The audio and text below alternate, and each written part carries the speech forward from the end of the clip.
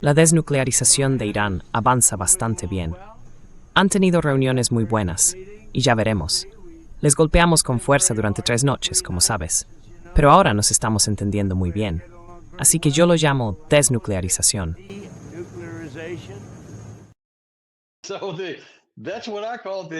Así que eso es lo que yo llamo la desnuclearización. Pensaba que estábamos en un memorando de entendimiento para llegar a un final negociado de una guerra que nosotros mismos empezamos contra Irán. Pero bueno, supongo que es solo una desnuclearización, que es justo donde estábamos antes de empezar la guerra. No lo sé. Vamos a intentar averiguar qué es exactamente lo que queremos conseguir aquí, qué podemos lograr realmente y qué piensan los iraníes de todo esto. Y hoy tenemos de nuevo con nosotros a Glenn Deason, profesor de Ciencias Políticas y presentador del estupendo canal de YouTube de Glenn Deason. Glenn, bienvenido al programa, ante todo. Pero madre mía, ¿qué opinas de eso? Eso fue anoche mismo.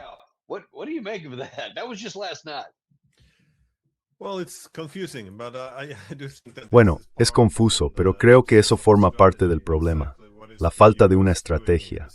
¿Qué está haciendo exactamente Estados Unidos aquí? ¿Está intentando poner fin a la guerra? Si está intentando poner fin a la guerra, ¿significa que se retira? ¿Lo hace a través de un memorando de entendimiento? ¿O es simplemente una forma de abrir un poco los mercados para aliviar algo de presión? Es difícil saberlo, pero de nuevo, acaban de firmar ese memorando de entendimiento y los mensajes de Trump no encajan con él. De hecho, atacar a Irán tampoco encaja con él. Me parece muy peligroso que Estados Unidos haga que su diplomacia parezca tan inútil.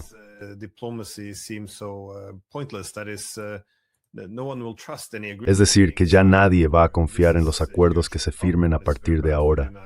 Y eso es un problema enorme, muy malo también para Estados Unidos. Pero de nuevo, mi suposición vale tanto como la tuya. Ahora está desnuclearizando Irán. Sí, es muy difícil de seguir. Y creo que parte del problema es que habla para públicos muy distintos. Es decir, siempre adopta esa imagen del hombre fuerte que resolverá todos los problemas por la fuerza. Todos sus predecesores eran simplemente débiles. Por eso no pudieron hacer lo que él está haciendo. Así que el hecho de que tenga que aceptar una paz humillante no lo va a hacer. Pero tampoco hay una buena opción militar todavía. Así que creo que está un poco atascado. Y sí, puede que el gobierno también esté fragmentado.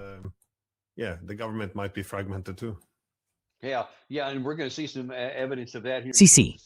Y vamos a ver alguna prueba de eso en un momento. Pero quedémonos un segundo con lo que dijo ahí, porque ya sabes, él dice, estamos en el proceso de desnuclearización. Eso es lo que estoy haciendo aquí. Pero ¿cómo se está desarrollando esto? Quiero decir, creo que podemos verlo con el público estadounidense, con su base MAGA y todo eso. Pero ¿cómo se percibe en Europa cuando la gente le oye decir eso? Mientras evidente que no existía en un programa nuclear. Nuestro integrity lo confirmó.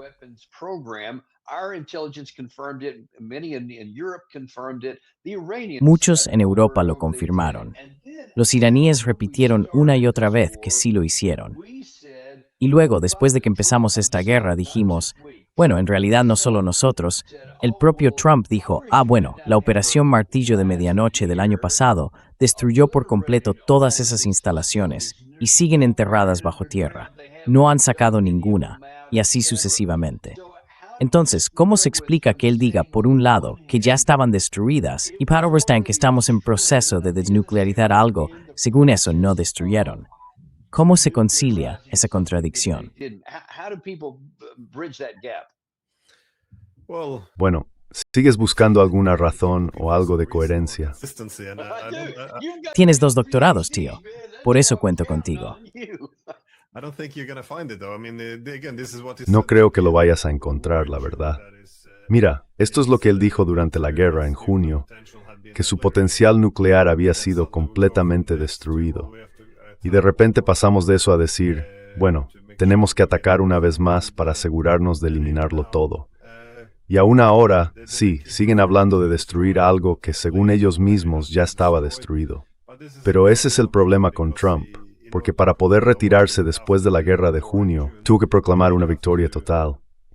y eso fue exactamente lo que hizo. Pero claro, hay algunos huecos en esa historia porque sus relatos no encajan con el Rowlatt's Call.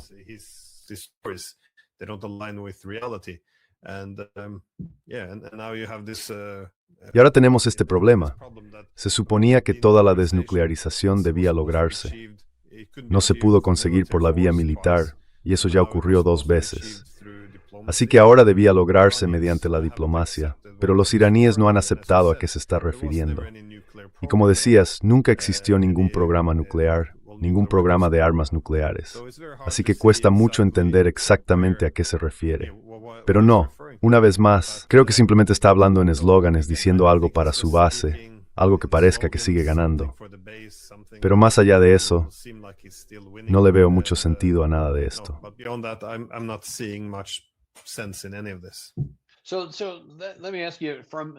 Déjame preguntarte algo desde una perspectiva europea. A ver, los líderes europeos tampoco son precisamente un ejemplo de virtud. Han sido poco coherentes y poco sinceros en muchísimos temas. Pero aún así, uno tiene que suponer que hay gente inteligente al otro lado. Entonces, ¿cómo van a elaborar políticas que se coordinen y cooperen con Estados Unidos cuando el presidente Trump, después de la fase de bombardeos de esta guerra hasta ahora, intenta conseguir algo que en realidad ya se algo?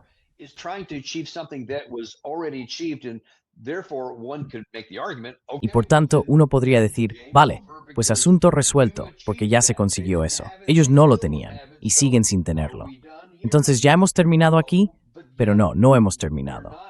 Así que, ¿cómo responde Europa a todo esto? Cuando ves titulares, por cierto, como este de aquí, donde Trump le decía a Mark Rutte hace un par de días que se siente decepcionado con los países de la OTAN porque no hicieron lo que él quería al no participar en una guerra inútil que solo habría hecho que hundieran sus barcos, ¿cómo responden?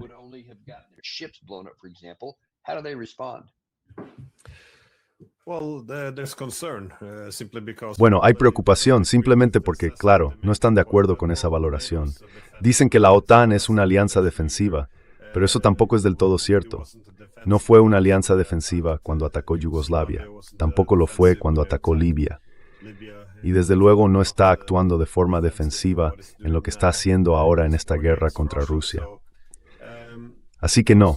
Pero en general, los europeos han vinculado toda su seguridad a la OTAN. Es decir, Estados Unidos ha sido el principal garante de seguridad en Europa durante los últimos 80 años. Por eso hay tanta inquietud cada vez que Estados Unidos habla de dar un paso atrás o de reducir su compromiso con la OTAN.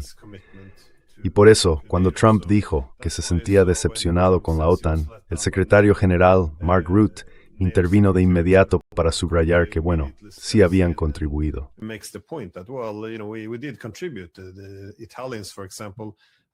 Los italianos, por ejemplo, permitieron, creo, que Estados Unidos realizara 500 vuelos a través de sus bases aéreas en Italia. Así que los europeos han contribuido a la guerra contra Irán. Y eso, de nuevo, es una admisión de complicidad, algo que a los iraníes no les hizo mucha gracia. Así que no, en general no saben qué hacer. Creo que la esperanza es simplemente aguantar con Trump hasta que llegue alguien nuevo. Y entonces piensan que volveremos a algo parecido a Biden. No se dan cuenta de que el mundo ya ha cambiado. Pero como decías, tampoco hay ningún bastión de virtud. Es decir, cuando Israel atacó en junio del año pasado, había gente como Merz diciendo, bueno, los israelíes están haciendo el trabajo sucio por nosotros.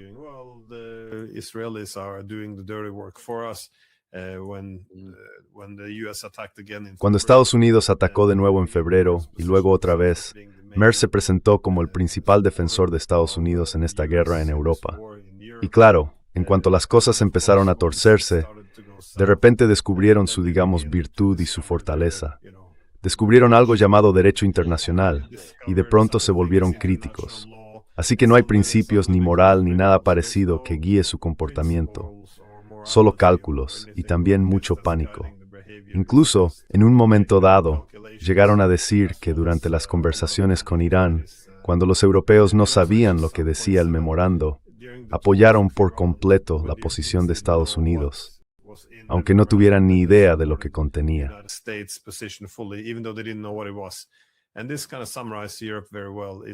Y esto en realidad resume muy bien lo que pasa en Europa. Es casi como un síndrome de Estocolmo a estas alturas. Llevan tantas décadas dependiendo de Estados Unidos que básicamente están dispuestos a aceptar cualquier abuso. Pero aún así, no hay una estrategia clara en absoluto. De hecho, creo que puede que fuera Kaja Kallas, la responsable de política exterior de la Unión Europea, quien dijo algo así como que, bueno, hay tantos cambios ahora mismo en Oriente Medio que no tenemos una estrategia. Así que esperaremos a ver cómo se colocan las piezas y cuando sepamos lo que está pasando ya haremos una estrategia. Así que no es un gran momento para los estadistas en Europa.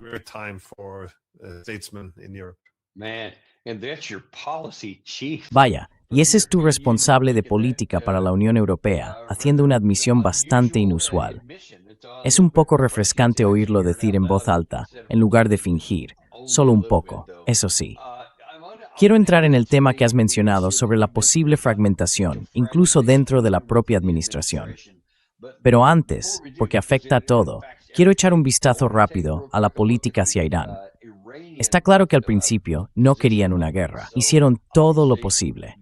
De hecho, estaban dispuestos a aceptar una concesión negociada bastante importante antes de que empezara este conflicto.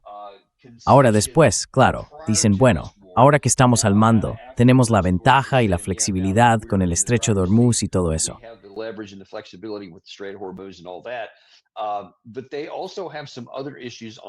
Pero también tienen otros problemas encima. Y mientras todo esto ha estado ocurriendo, siguen dispuestos a decir, no vamos a tener un arma nuclear, porque esa ha sido su política desde 2003. Así que, para ellos, eso es fácil. Pero, ¿cómo va a resolverse todo esto? Y ahí está el problema más grande, sobre todo por dos cuestiones importantes. Una es el tema del Líbano, y la otra es el control del estrecho de Hormuz cuando termine este periodo. Y en esos dos asuntos, creo que Irán no está precisamente con ánimo de ceder. De hecho, existe la posibilidad de volver a la guerra si no, entre comillas, conseguimos lo que queremos, como han dicho muchos en la administración. El profesor Morandi, que sé que ha sido amigo de ambos en nuestros programas, lo ha tuiteado hoy mismo.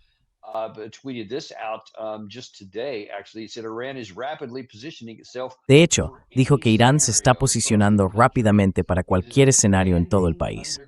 Está ampliando sus instalaciones subterráneas, y eso es importante, ampliando mientras al mismo tiempo refuerza sus capacidades ofensivas de misiles y drones, tanto en tierra como en el mar, junto con su infraestructura defensiva.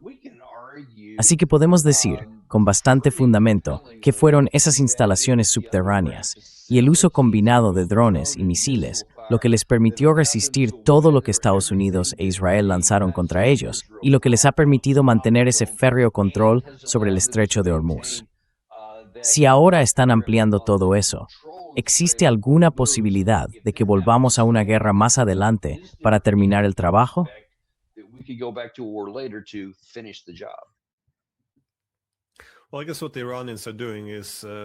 Bueno, creo que lo que están haciendo los iraníes es hacer que la opción militar sea aún menos viable para Estados Unidos. Porque pienso que se dan cuenta de que ahora mismo Estados Unidos está en una situación complicada.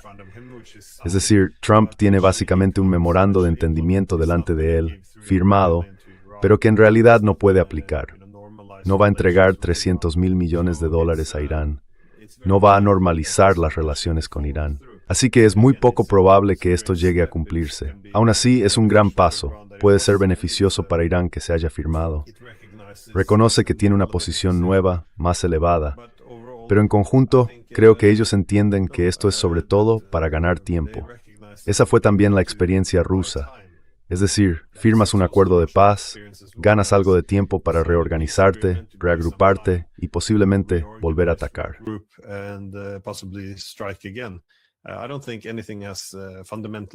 No creo que haya cambiado nada de forma fundamental. No es que Trump esté ahora dispuesto a convivir con Irán como un igual. Creo que sigue habiendo un objetivo hegemónico aquí, es decir, eliminar a este adversario clave en Oriente Medio. Además, Vance incluso dio una entrevista en la que sugería que, este memorando de entendimiento es algo positivo, que alivia la presión sobre los mercados globales y permite que llegue algo de petróleo. Son argumentos razonables, pero son argumentos a favor de un alto fuego temporal, no de una paz real.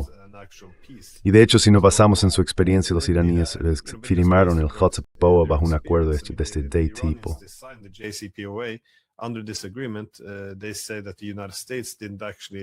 Dijeron que Estados Unidos en realidad no cumplió con sus compromisos y luego se retiraron del acuerdo. Esa es la parte estadounidense. Y luego, claro, hubo dos negociaciones que se usaron simplemente para que los iraníes bajaran la guardia y así Estados Unidos pudiera lanzar un ataque por sorpresa. Sí, y por supuesto ahora miran hacia Rusia. Pasó lo mismo con el acuerdo de Minsk y después con la reunión de Alaska. Así que parece que cada vez que la diplomacia se presenta como la forma de resolver conflictos, en realidad es solo una manera de gestionarlos, es decir, de poner una pausa temporal. Así que bueno, de nuevo, no tengo ninguna información sobre hasta qué punto Irán está ampliando su infraestructura militar. Es muy posible que sea cierto, pero insisto, no tengo información al respecto.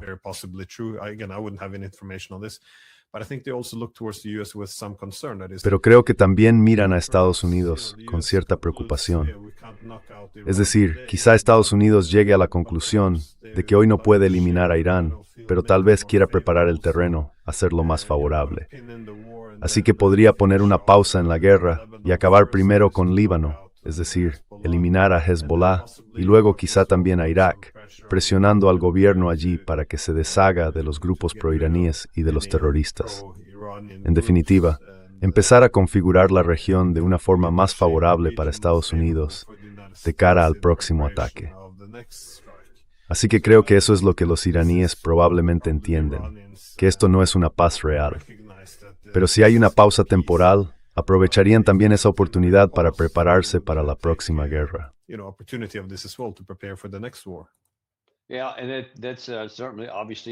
Sí, y desde luego Irán ya no tiene ninguna duda al respecto. Creo que para ellos es algo absolutamente claro. Quiero decir, sería una locura que no lo esperaran por completo. Les sorprendería si no ocurre, pero desde luego lo esperan. Ahora bien, hay otro asunto que está moviendo a la parte iraní. Me gustaría saber tu opinión sobre cómo podría afectar incluso al intento de lograr, aunque solo sea sobre el papel, un acuerdo como resultado de este memorando de entendimiento. Y es que en Occidente apenas pensamos en eso. De hecho, no pensamos en ello en absoluto. Me refiero al hecho de que todo esto empezó no solo con la muerte de 185 niños, niñas y profesores en aquella escuela, sino también con el asesinato de su principal líder el primer día. Y aunque nosotros no pensemos en ninguna de esas dos cosas, para el pueblo iraní y para su gobierno, son cuestiones muy presentes, muy sensibles, a la hora de decidir cómo van a resolver esta situación. Así fue como lo expresó el principal diplomático, el jefe negociador, Ghalibaf, en la televisión iraní.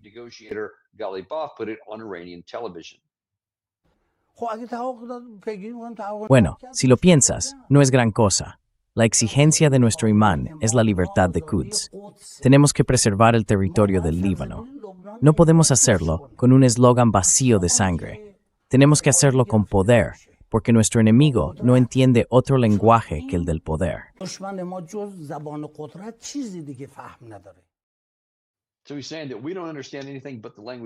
Así que él está diciendo que no entendemos otro idioma que no sea el de la fuerza y que van a vengar la sangre de sus mártires. Y dijo específicamente que van a mantener el control sobre el Líbano, que es el punto número 1 del memorando. Pero el punto número 1 del memorando decía que Israel tendría que poner fin a la guerra y supongo retirarse. Sin embargo, ellos dicen que quieren mantenerlo. Israel dice que va a mantenerlo. Han sido muy claros en eso, tanto a nivel de Netanyahu como del ejército israelí. Entonces, ¿cómo conciliamos eso?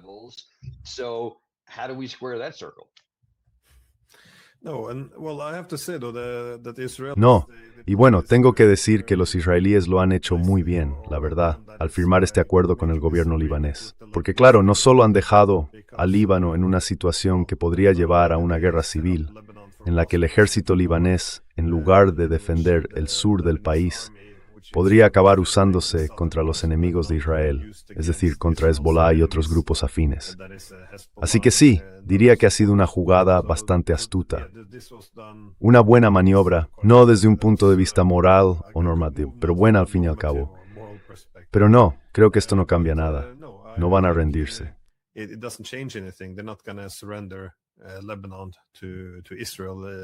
De Líbano a Israel, en fin, ese también fue el primer punto del memorando de entendimiento, la idea de que se debe respetar la soberanía del Líbano.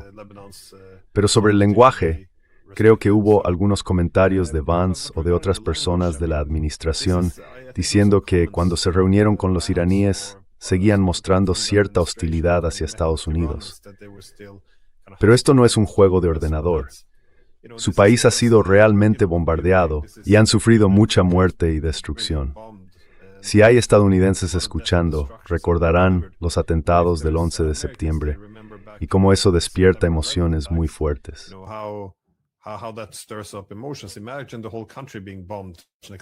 Imagina que todo el país está siendo bombardeado hasta cierto punto, que 185 chicas jóvenes de una escuela son masacradas, y claro, hay muchísima rabia. Y de nuevo, no sabes si eso es lo que motiva al liderazgo político, o si simplemente hablan de ello porque saben que la población está enfadada. Pero en cualquier caso, va a ser bueno, yo diría que en el futuro serán tan flexibles como lo son ahora, porque hay que tener en cuenta que los iraníes también tienen sus halcones. Y sus principales halcones, ¿qué decían? ¿Por qué se oponían al memorando de entendimiento, los halcones iraníes? Porque decían que no había ninguna posibilidad de que los estadounidenses llegaran a aplicarlo.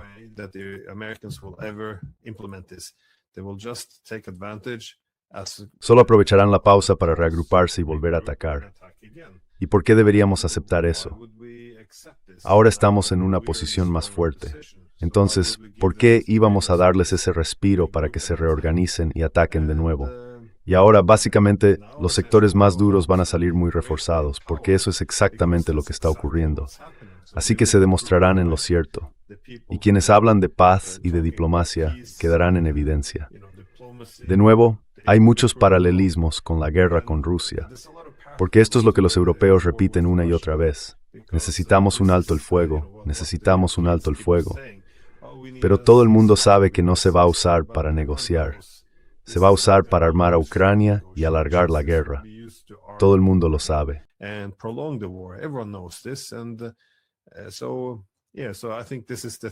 Creo que ese es el razonamiento en Irán. Pero hay que pensar, ¿qué pasa entonces? ¿Cuál es la consecuencia de todo esto? Es un poco como con los bombardeos. Cuando mataron a Jamenei y luego el hijo asumió el poder, él no tiene las mismas reservas respecto a las armas nucleares. Además, probablemente siente más rabia en el corazón después de la muerte de su madre y de su padre. Creo que también fue su esposa o su hija, si no me equivoco. Sí, gran parte de su familia murió en esos ataques. El país ha sido bombardeado, así que va a ser muy difícil volver a estaban las cosas antes. Y eso es lo que suele pasar en la guerra. Se refuerzan los sectores más duros de la sociedad. Y no creo que Irán vaya a ser una excepción.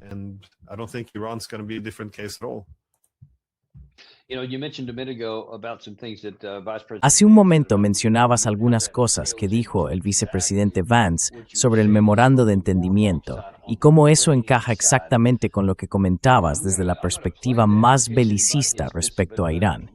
Voy a poner ese fragmento por si alguien no lo escuchó, pero prestad atención con otro enfoque. Hay varios cortes de sonido de J.D. Vance de ayer mismo. Dio un discurso y también una entrevista, y voy a mostrarte algunos fragmentos de eso, porque hay una combinación de cosas que dice que por un lado hacen que parezca, como mencionabas al principio del programa, que podría haber incluso un conflicto abierto dentro de la administración, quizá entre el presidente y el vicepresidente, sobre cuál es la estrategia de salida, qué es exactamente lo que se quiere conseguir. Porque aquí J.D. Vance va a cambiar un poco los requisitos externos de cómo salimos de esta situación. Pero da algunos problemas con Road. Aquí va uno de ellos.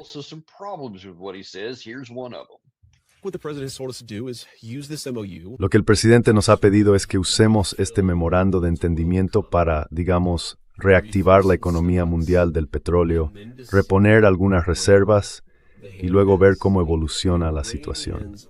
Si los iraníes están dispuestos a asumir los compromisos que queremos que asuman y a respaldarlos con hitos verificables, entonces vamos a cambiar nuestra relación con Irán. Y si no lo hacen, entonces en realidad nada habrá cambiado. Sägande sterven powers emitters scoring board near spring. Sept MT.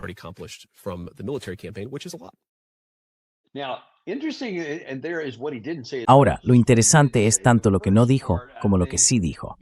La primera parte, creo, dio literalmente combustible al sector más belicista del lado iraní, porque dijeron, mirad, este memorando de entendimiento no trataba de alcanzar un acuerdo, era solo para reponer las reservas de petróleo, porque eso sí era un problema real para Occidente. Y ahora van a hacerlo, van a comprobarlo. Vance dijo algo distinto aquí de lo que han dicho Trump y algunos de los otros halcones de guerra del lado estadounidense, que era, si no hacen lo que decimos, volveremos a bombardear y terminaremos el trabajo, y cosas así. Pero Vance dijo allí, y si no lo hacen, bueno, de todos modos ya hemos conseguido algunas cosas, dando a entender que podríamos simplemente retirarnos. ¿Tú cómo lo interpretas?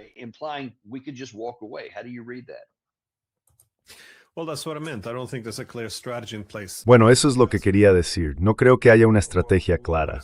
Si le preguntas a Trump cuál es el plan aquí, si no consigue un acuerdo con los iraníes, ¿va a bombardear otra vez o simplemente va a dar por terminado el asunto diciendo que ha destruido tanto en Irán que esa muerte y esa destrucción representan una victoria? Así que no creo que lo tengan decidido todavía. Y creo que eso también refleja algunas divisiones dentro de la administración. De nuevo, el movimiento MAGA, el de América Primero.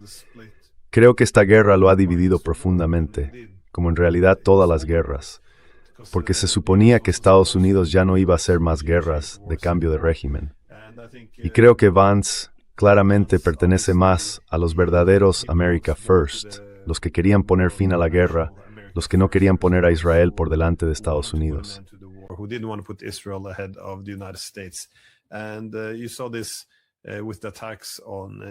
Y esto se vio con los ataques a Yemen. Fue a comienzos del año pasado, pero aún así, él fue quien no quiso implicarse en eso. Creía que no era responsabilidad de Estados Unidos, que los europeos podían hacerlo si querían. Ha sido el más crítico con la idea de seguir implicando a Estados Unidos en la guerra por poderes en Ucrania. Y también fue más reticente respecto a la guerra contra Irán.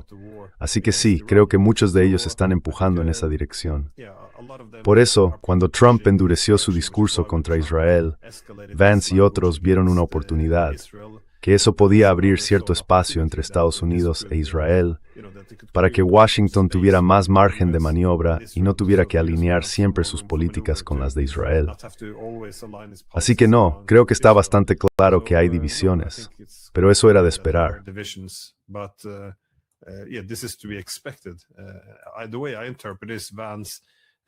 La forma en que yo lo interpreto es que Vance y esa corriente de América Primero representan básicamente a los grupos que reconocen que el mundo ha cambiado, que la distribución del poder se ha desplazado, dejando atrás la primacía global y avanzando hacia un sistema multipolar. Y lo que intentan es trazar el mejor camino posible para Estados Unidos a partir de esa realidad. Luego está la versión más belicista de América Primero, que plantea que, si simplemente destruimos a nuestros rivales, entonces Estados Unidos volverá a ser dominante. Y eso también se presenta como América Primero, en esencia. Así que son visiones muy distintas. Pero de nuevo, incluso los más moderados, si queremos situar a Vance en ese grupo, insisten en la idea de que, bueno, firmamos esto, conseguimos una pausa, abrimos los mercados, dejamos pasar algo de petróleo, y al final, eso nos beneficia.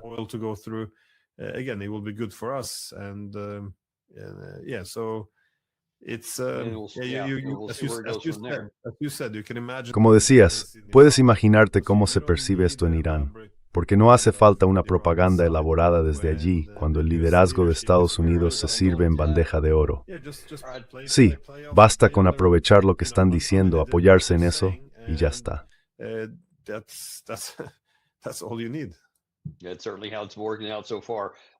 Eso, desde luego, es lo que parece hasta ahora. Vance, voy a enseñarte un par de fragmentos en los que Vance parece aprovechar la oportunidad para si no marcar cierta distancia entre él y esa otra versión más belicista del América Primero, esa de destruir a todo el que no te guste, al menos matizarla un poco. Y aquí te critica bastante directamente, intentando generar, creo yo, algo de división y de respuesta. En este otro fragmento es un poco más, digamos, diplomático al respecto. Suena algo así como, oye, sobre esos halcones de guerra.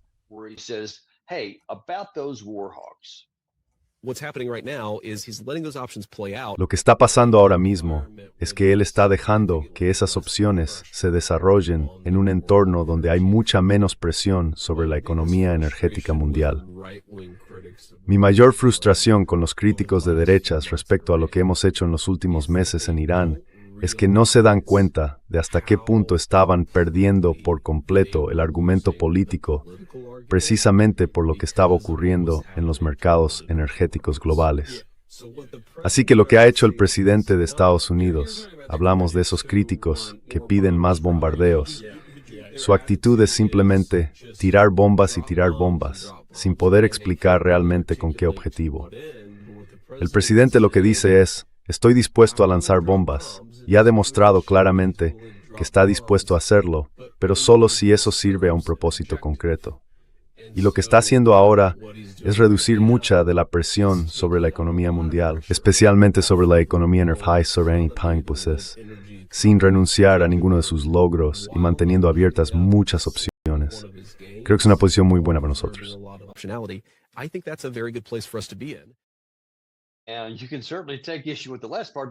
Y claro, se puede cuestionar esa última parte sobre todos esos supuestos avances que al parecer hemos conseguido aquí. Pero no se equivoca al decir que hubo una presión económica que obligó a tomar esa decisión. De hecho, una de las cosas que mencionó el presidente Trump cuando firmó el memorando de entendimiento, y que por cierto fue comentada aquí por Chris Martinson, fue lo siguiente: si hacemos una reducción responsable de nuestra reserva estratégica de petróleo, y esto fue hace apenas un par de días, tenemos hasta el 4 de octubre antes de que Estados Unidos se quede sin petróleo.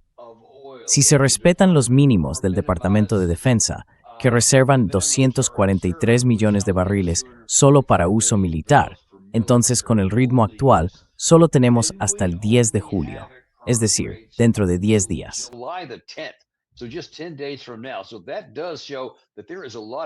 Eso demuestra que hay mucha presión sobre nosotros para marcar la diferencia ahora, para lograr un cambio aquí. Y ese es un argumento muy legítimo contra los partidarios de la guerra, como Mike Pompeo, Jack Keane o el general Kellogg, que dicen, volvamos, tenemos que recuperar de ellos el estrecho de Hormuz. Pero no tienen ningún plan para eso.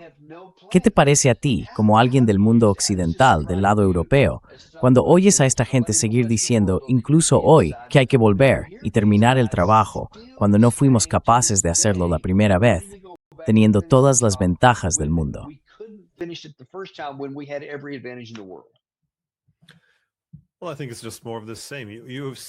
Bueno, creo que es más de lo mismo. Ya hemos visto bastante de esto a lo largo de las décadas. También fue lo que decían en Afganistán. Demos un poco más de tiempo a nuestras tropas y terminarán el trabajo. Y luego intentan tapar las debilidades. Pero en el fondo, no había un camino claro hacia la victoria. Y aún así lo mantuvieron durante 20 años. Lo mismo en Irak. No había una buena vía para ganar, así que siguieron adelante. Y al final, cuando llega el momento, todo acaba en una decisión muy dolorosa. La única forma de poner fin a esto es marcharse. Esa fue también la experiencia de Vietnam. Así que no creo que tengan una buena solución. Es simplemente, sigamos bombardeando, porque no podemos permitirnos irnos.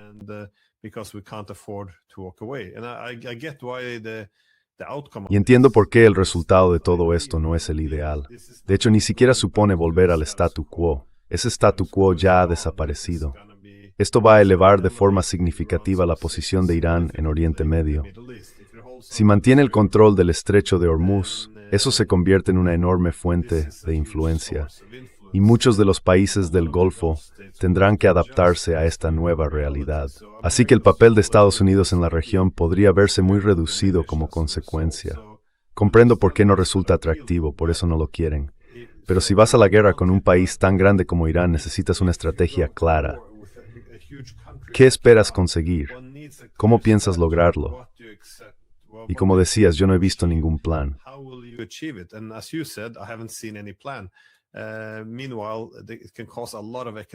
Mientras tanto, esto puede causar mucho daño económico si siguen por ese camino. Pero, como en cualquier otro conflicto, hay que evaluar al oponente, ver hasta qué punto representa una amenaza. Normalmente lo hacemos analizando sus intenciones y sus capacidades, y creo que se puede aplicar lo mismo para entender por qué no se puede derrotar a los iraníes. Para empezar, el principal problema es abrir el estrecho de Hormuz. ¿Cómo exactamente se va a hacer eso? Incluso si consigues mantenerlo abierto un día, ¿qué pasa al siguiente? Pueden volver a cerrarlo. Muchas de las armas se fabrican de forma barata. Son drones baratos. Es un estrecho muy angosto y resulta muy fácil bloquearlo con armas de bajo coste. Se puede aparecer con grandes buques y forzar el paso de uno o dos petroleros, pero luego hay que gastar todos esos misiles interceptores carísimos para derribar drones muy baratos. Y eso no es sostenible.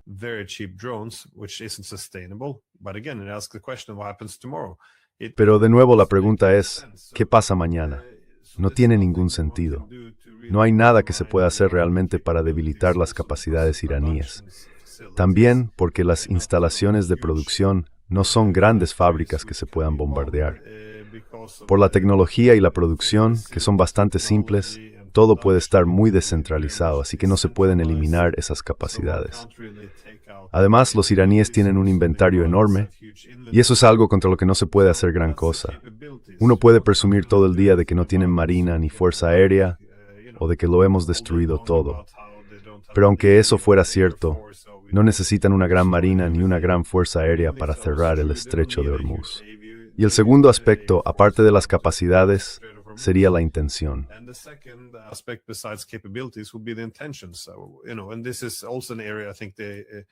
Y creo que también subestimaron este aspecto. Pensaron que si simplemente causaban suficiente muerte y destrucción a los iraníes, estos acabarían rindiéndose. Pero eso no tiene en cuenta que para Irán esto es una amenaza existencial. Saben que no se trata solo del gobierno, sino de que el propio país podría ser destruido. Podría fragmentarse, podría convertirse en otra Libia, en otra Siria, o en lo que sea que hayamos estado haciendo en esa región. Así que, dado que se trata de una amenaza existencial, los iraníes están dispuestos a soportar mucho sufrimiento para asegurarse de no perder esta guerra. Con esas capacidades baratas, fáciles de producir, descentralizadas, y con esa disposición a resistir el dolor, ¿cómo se supone exactamente que alguien pretende derrotar a Irán?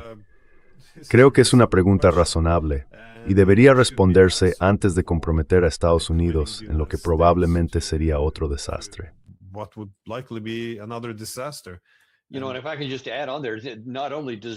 Si me permites añadir algo, Irán no solo tiene la capacidad de soportar mucho dolor, también tiene la capacidad de causar mucho dolor, y lo hemos comprobado en carne propia. No entiendo por qué la gente sigue olvidando eso. Solo podemos especular. Hubo una o dos cosas más que dijo el vicepresidente Vance que creo que merecen comentarse aquí, porque una de ellas fue buena, y va un poco más allá al hablar de esos que quieren bombardear primero. La otra, no tan buena, pero esta es la harina.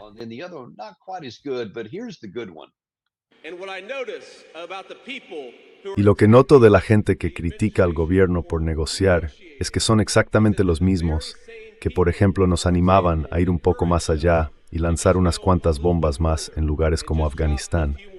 Pero de nuevo, si miramos atrás y vemos los errores que se cometieron, esas mismas personas se negaron a decir, ¿para qué estábamos lanzando bombas?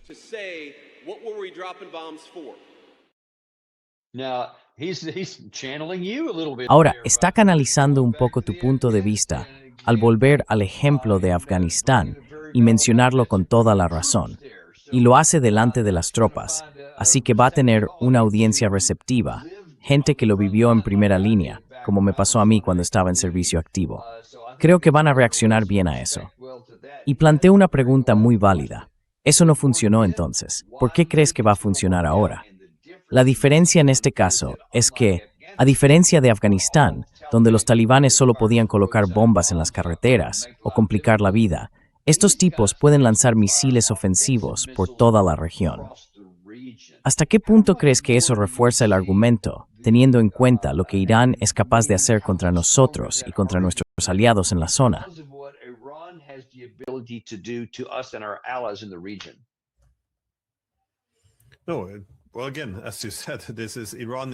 Bueno, de nuevo, como decías, Irán no es como los otros países que Estados Unidos o el llamado Occidente político han atacado en los últimos 30 años. Pero como señalabas, esto es algo muy distinto. No solo pueden destruir todas las bases estadounidenses, y ya han demostrado que tienen esa capacidad, sino que podría haber cambios profundos. Podríamos ver a Kuwait colapsar, prácticamente dejar de existir y ser absorbido por Irak. Podríamos ver a Bahrein, bueno, no fácilmente, pero podría tener un cambio de régimen en el que los chiíes tomaran el poder y se convirtiera en otro Yemen alineado con Irán. Y luego están países como Qatar o los Emiratos Árabes Unidos con un territorio bastante pequeño, dependientes de plantas desalinizadoras para el agua y de campos energéticos que están dentro del alcance de Irán.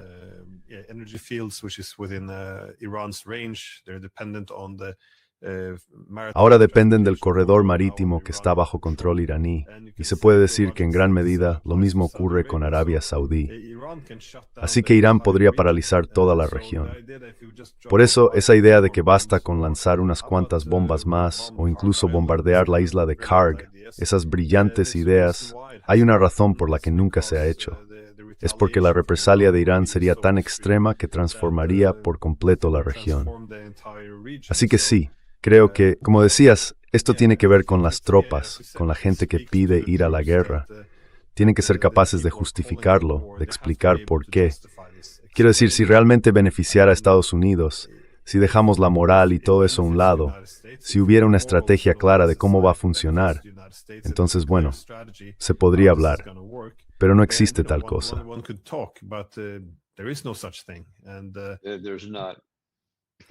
No, no lo hay. No lo hay. Y ese tipo de cosas. Cuando hablas de cuál es tu plan, de cuál es la justificación y de cuáles son los principios morales, ahí es donde el discurso se quedó un poco corto.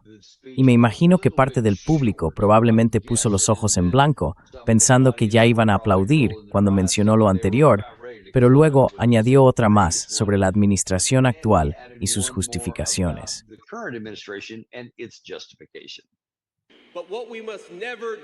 Pero lo que nunca debemos hacer es lanzar bombas solo por lanzarlas. Y eso es algo que el presidente nunca os pedirá. Os pedirá ir a la guerra, sí, pero cuando lo haga os dirá exactamente por qué vais. Y creo que eso es lo que deberíais esperar de vuestros líderes políticos. Sí, estoy más o menos de acuerdo. Es lo que cabría esperar. Pero escuchemos otra vez la grabación para oír exactamente lo que el presidente Trump les dijo a las tropas que estaban defendiendo. Las Fuerzas Armadas de Estados Unidos están llevando a cabo una operación enorme y continua para impedir que esta dictadura tan malvada y radical amenace a nuestro país y a nuestros intereses fundamentales de seguridad nacional. Vamos a destruir sus misiles y a arrasar por completo su industria de misiles. Quedará totalmente, una vez más, aniquilada. Vamos a eliminar su marina. Vamos a asegurarnos de que los grupos terroristas que actúan como sus aliados en la región no puedan seguir desestabilizando la zona, ni el mundo, ni atacar a nuestras fuerzas, y que no vuelvan a usar sus artefactos explosivos improvisados o bombas al borde de la carretera, como a veces se les llama, para herir y matar tan gravemente a miles y miles de personas, incluidos muchos estadounidenses. Y garantizaremos que Irán no obtenga un arma nuclear.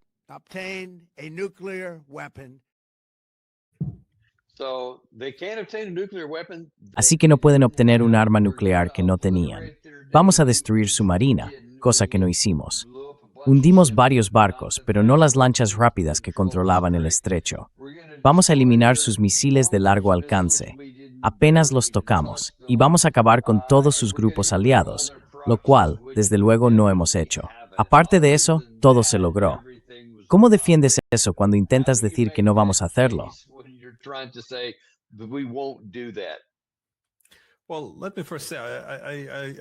Bueno, déjame decir primero que estoy de acuerdo con lo que plantea Vance, con esa idea de que solo se envían tropas cuando es realmente necesario. Porque recuerdo que durante la guerra de Irak, el lema era siempre algo así como apoyemos a nuestras tropas, apoyemos a nuestras tropas. Y claro, es una buena forma de vender una guerra. Pero, de nuevo, apoyar a las tropas significa pedirles a los soldados que arriesguen su vida por una causa.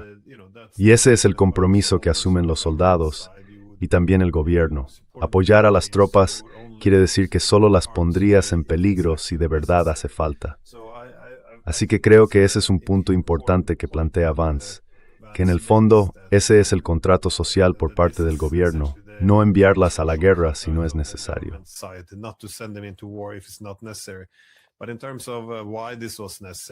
Pero en cuanto a por qué esto era necesario, quiero decir, algún día J.D. Vance quizá ya no esté en el gobierno y entonces tal vez hable con un poco más de libertad. Es que suele pasar. La gente que está en el gobierno habla un poco por su cuenta, pero también tiene que equilibrarlo con el cargo que ocupa. Y claro, no puedes contradecir a Trump en esto. Probablemente lo haga en el futuro. Pero no, por supuesto, ninguno de los objetivos se cumplió. Todos vimos los discursos a finales de febrero. Iban a desnuclearizar Irán, iban a eliminar sus misiles balísticos, sus aliados o sus llamados apoderados en la región. Iban a provocar un cambio de régimen. Sí, nada de eso ocurrió.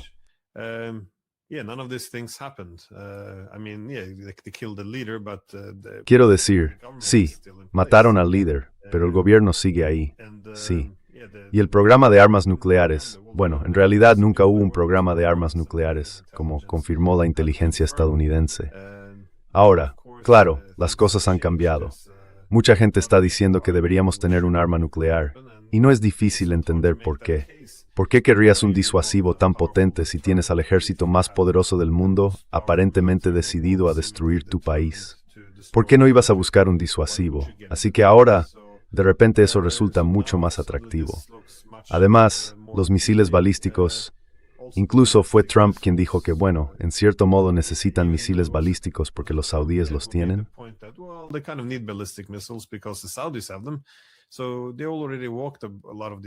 Así que ya han rectificado muchas de esas cosas.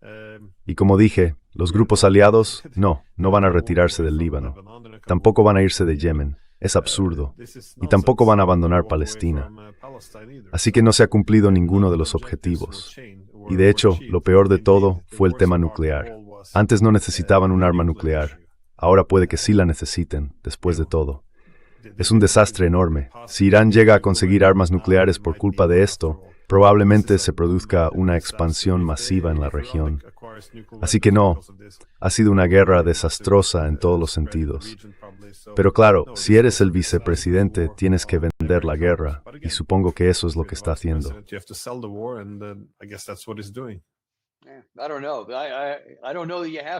No lo sé. No sé si tienes que hacerlo. Creo que deberías apartarte.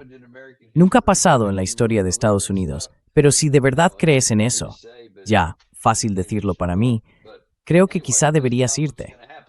Pero bueno, eso no es lo que va a pasar. Mira, con el tiempo que nos queda, quiero volver a algo que has mencionado un par de veces durante el programa, y es la guerra entre Rusia y Ucrania.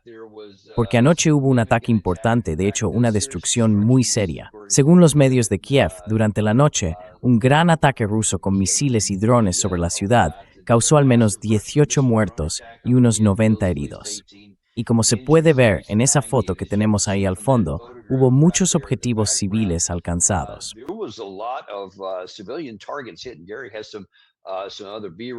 Y Gary tiene aquí algunas otras imágenes de apoyo para mostrar parte de esto. Y en primer lugar, lo que vemos a plena luz del día son, creo, misiles de crucero que llegan volando en unos segundos. No hay defensa aérea, se ve clarísimo, impactan directamente en los objetivos. También se ven varios ataques contra objetivos civiles. Y me pregunto, Déjame planteártelo desde otra perspectiva, porque Rusia, evidentemente, espera que esto siga aumentando la presión. Es una respuesta a lo que ha estado haciendo Ucrania, atacando en San Petersburgo, en Moscú y demás. Pero, ¿no está Rusia corriendo el riesgo de complicar su propia posición al golpear tantos objetivos civiles y convertir esto en una amenaza existencial para el lado ucraniano, de la que ya no puedan dar marcha atrás? ¿Cómo crees que va a desarrollarse esto?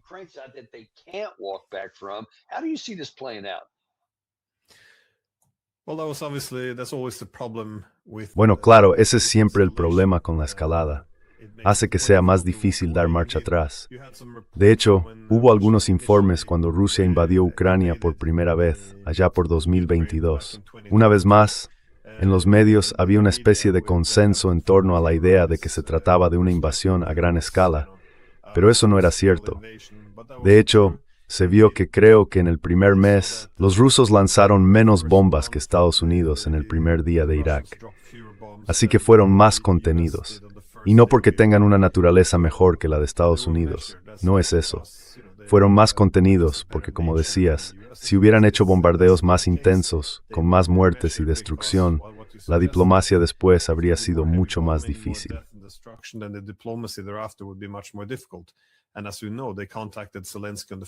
Y como sabes, contactaron con Zelensky el primer día de la invasión para intentar cerrar un acuerdo que devolviera la neutralidad a Ucrania.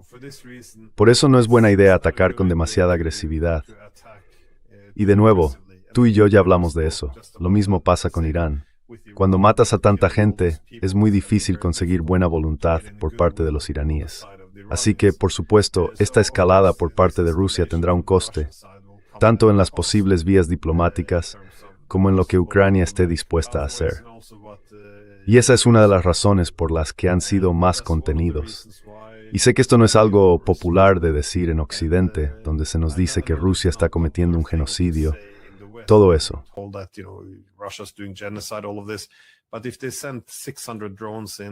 Pero si enviaron 600 drones y solo hay 2 personas heridas o una muerta, algo así, está claro que toman muchas precauciones para limitar los daños colaterales. Pero lo que estamos viendo ahora es una escalada. Como muchos habían advertido, la escalada ya está llegando. No se puede atacar Moscú de esta manera, como se ha hecho, atacar San Petersburgo de esta forma y luego esperar que no haya respuesta. Así que hay una enorme presión acumulándose sobre el Kremlin para que adopte una postura más dura. ¿Y cómo se ve esa escalada? Bueno, yo creo que esto es precisamente la escalada. Significa dejar de lado en gran medida el impacto sobre la población civil. Así que este tipo de ataques, en mi opinión, son distintos de los que vimos antes.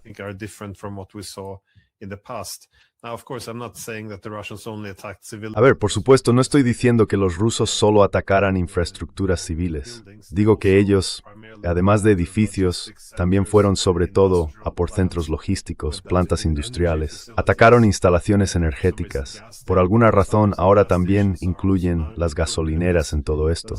Están intentando destruir tantas como puedan para paralizar la logística.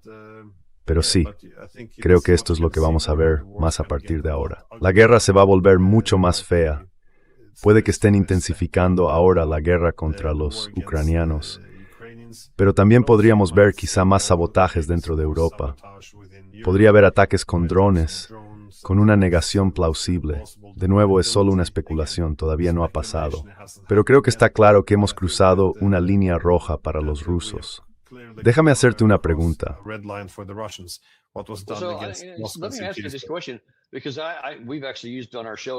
Porque en nuestro programa usamos un fragmento del tuyo, donde entrevistaste a Karaganov, que habló de forma muy clara y apasionada. Dijo algo así como, oye, deberíamos disparar. Y me llamó mucho la atención cuando comentó en tu programa que había recomendado al gobierno lanzar armas convencionales contra ese tipo de objetivos en Europa, donde fabrican los drones, donde hacen los motores de los cohetes, donde prestan otro tipo de ayuda militar al lado ucraniano. Y la pregunta ahora es, ¿va a escucharle el presidente Putin? ¿Tú qué opinas?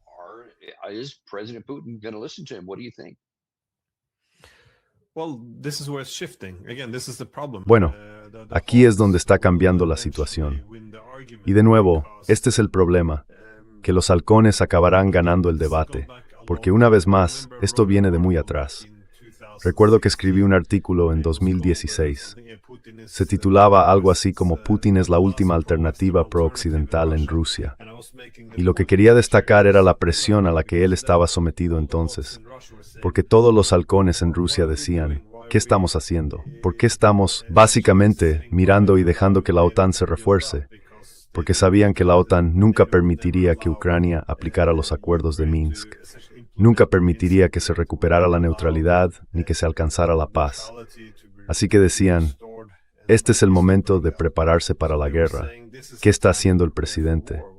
Y de ahí viene la presión y de ahí sigue viniendo.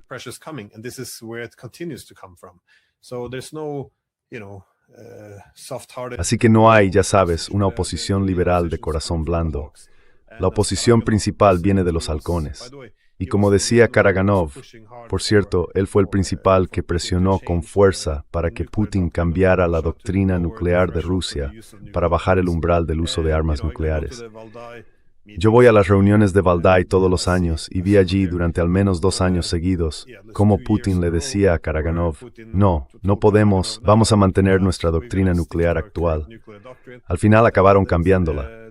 Y eso fue en gran parte por la presión liderada también por gente como Karaganov. Así que la presión va en aumento. Y sí, tiene un peso real en Rusia, en lo que Rusia hará.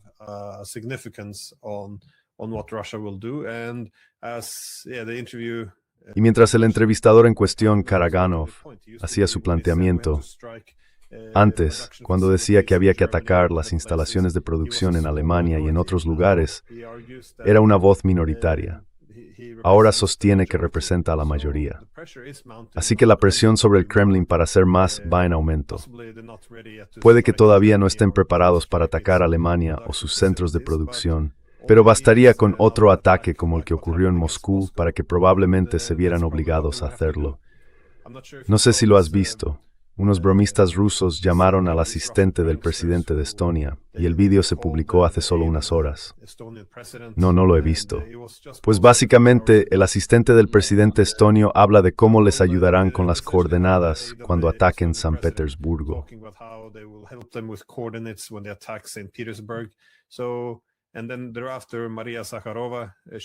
Y después de eso, María Zaharova sale y dice, bueno, esto es una especie de prueba de que Estonia, que por cierto es un país de la OTAN, está participando en los ataques terroristas contra Rusia. Así que ya estamos entrando en ese terreno. Y hay que tener en cuenta las entrevistas que Putin ha dado recientemente, donde reconoce la implicación más profunda de los países de la OTAN. Cuando haces esa afirmación, reconoces la complicidad, hasta qué punto están implicados los países de la OTAN, y eso te pone mucha presión para vincular políticas reales, acciones concretas con ese discurso. Y creo que hacia ahí vamos. Si me preguntas, creo que esto es solo el principio. Vamos a ver una escalada muy dura por parte de Rusia, y va a ser terrible para los ucranianos y para el resto de nosotros. Nos estamos acercando a una posible guerra con los rusos.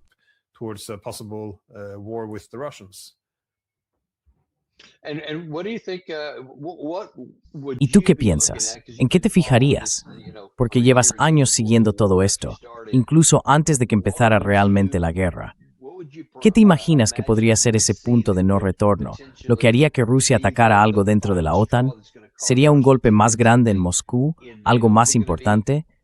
¿O crees que eso ya ha pasado, que han cruzado esa línea demasiadas veces y ahora solo están esperando a que ocurra algo interno para lanzar un ataque? ¿Cómo lo ves tú?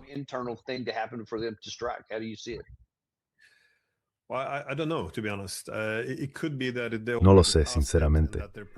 Puede que ya lo hayan aprobado y que estén preparándose. Quiero decir, sé que ahora están acumulando enormes reservas de misiles Oreshnik. Si vas a correr ese riesgo. Bueno, en el escenario ideal lanzarían unos cuantos misiles contra Alemania, contra algunas instalaciones de producción, las destruirían y luego dirían, básicamente, esto es un aviso, si no os retiráis de la guerra o de la guerra por poderes en Ucrania. Y si en cambio los europeos, quizá también los estadounidenses, deciden escalar y atacar a Rusia, Creo que quieren estar en una posición en la que realmente puedan responder y no quedarse atrapados en una guerra de desgaste lenta.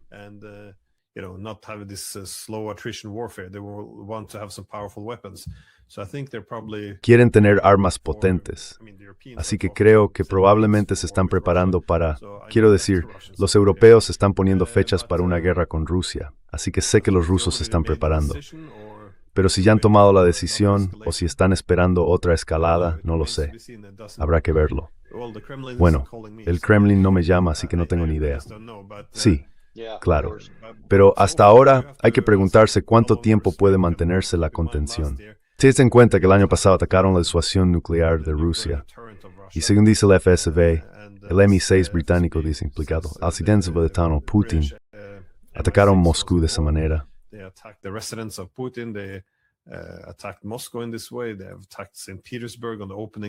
Han atacado San Petersburgo el mismo día de la inauguración del Foro Económico Internacional de San Petersburgo.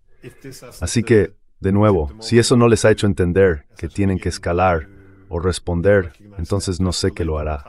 Pero no tiene por qué ser una respuesta más fuerte. Creo que el año pasado Putin hablaba en el lenguaje de la diplomacia. Confiaron en el papel de poli bueno, poli malo de Trump frente a los europeos. Pensaron que eso iba a llevar realmente a la paz. Pero resulta que, como se ve ahora en la retórica más reciente, no habrá ninguna paz negociada con Trump. Así que creo que al abandonar la vía diplomática, van a escalar.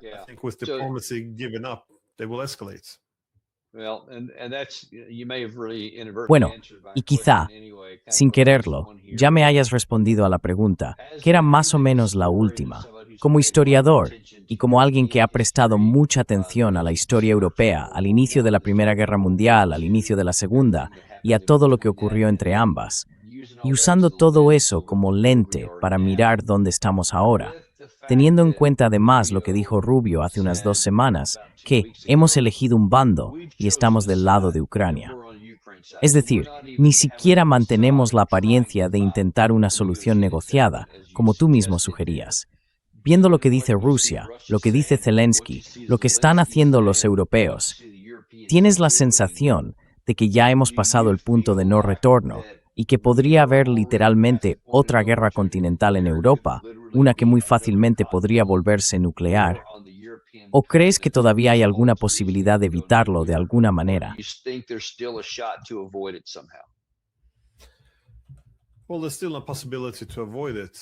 Bueno, todavía hay una posibilidad de evitarlo. Creo que como suele pasar, la gente no reacciona hasta que estamos al borde de un desastre. Es decir, podríamos acercarnos a otra crisis como la de los misiles de Cuba, donde básicamente tendríamos 2 opciones. O vamos a la guerra, lo que probablemente escalaría hasta una guerra nuclear, o damos un paso atrás. Pero claro, eso es muy peligroso, y por eso los rusos también han intentado evitarlo. Aunque eso podría ser precisamente parte del motivo por el que ahora están siendo más agresivos con los bombardeos en Ucrania, para demostrar que no pueden ser demasiado previsibles.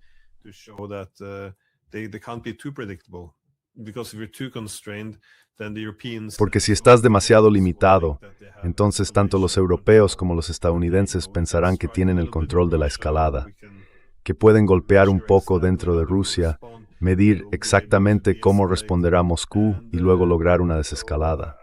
Así que creo que ahora mismo, en el Kremlin piensan que hay que enseñarles a los europeos a temernos otra vez. Y lo mismo vale para los estadounidenses. No creo que hayamos llegado todavía a ese punto. La guerra no es inevitable. El problema es que mucha gente cree que sí lo es. Y cuando piensas eso, entonces la diplomacia se convierte en una simple fachada, y en el fondo todo el mundo se está preparando para la guerra.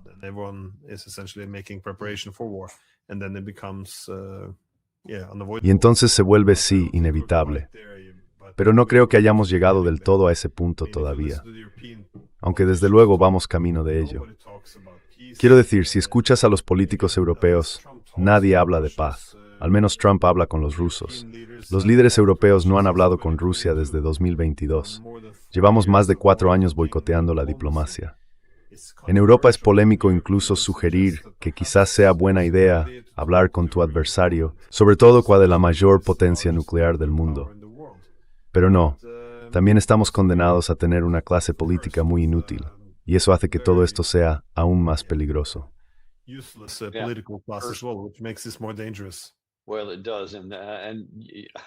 Bueno, sí. Y me alegra que tengas al menos algo de optimismo, porque yo prácticamente ya lo he perdido, por muchas de las razones que has mencionado. Veo a los políticos europeos, veo a la administración Trump, veo la intransigencia en ambos lados, el tono cada vez más desafiante del lado ruso, y a Zelensky sin frenar, intentando llevar este asunto cada vez más lejos. Me cuesta ver cómo podemos evitarlo. Ojalá tengas razón y yo esté equivocado, porque sería catastrófico para todos si acaba ocurriendo así. Muchísimas gracias por venir hoy y compartir tu análisis con nosotros. Y por cierto, recordemos que la gente puede encontrar más de Glenn Deason en su programa The Glenn Deason Show, que también vemos mucho y del que a veces tomamos algunos de tus vídeos. Siempre contenido de gran calidad. Gracias, Glenn. Muchas gracias y esperamos veros a todos en el próximo episodio de Daniel Davies Deep Dive. No olvidéis contárselo a vuestros amigos, a esos que disfrutan escuchando podcasts. Decidles que añadan Daniel Davies Deep Dive a su lista de podcasts. Ellos también tienen que saber lo que vosotros sabéis. Pueden escucharlo donde ya consiguen sus podcasts. Solo tenéis que decírselo.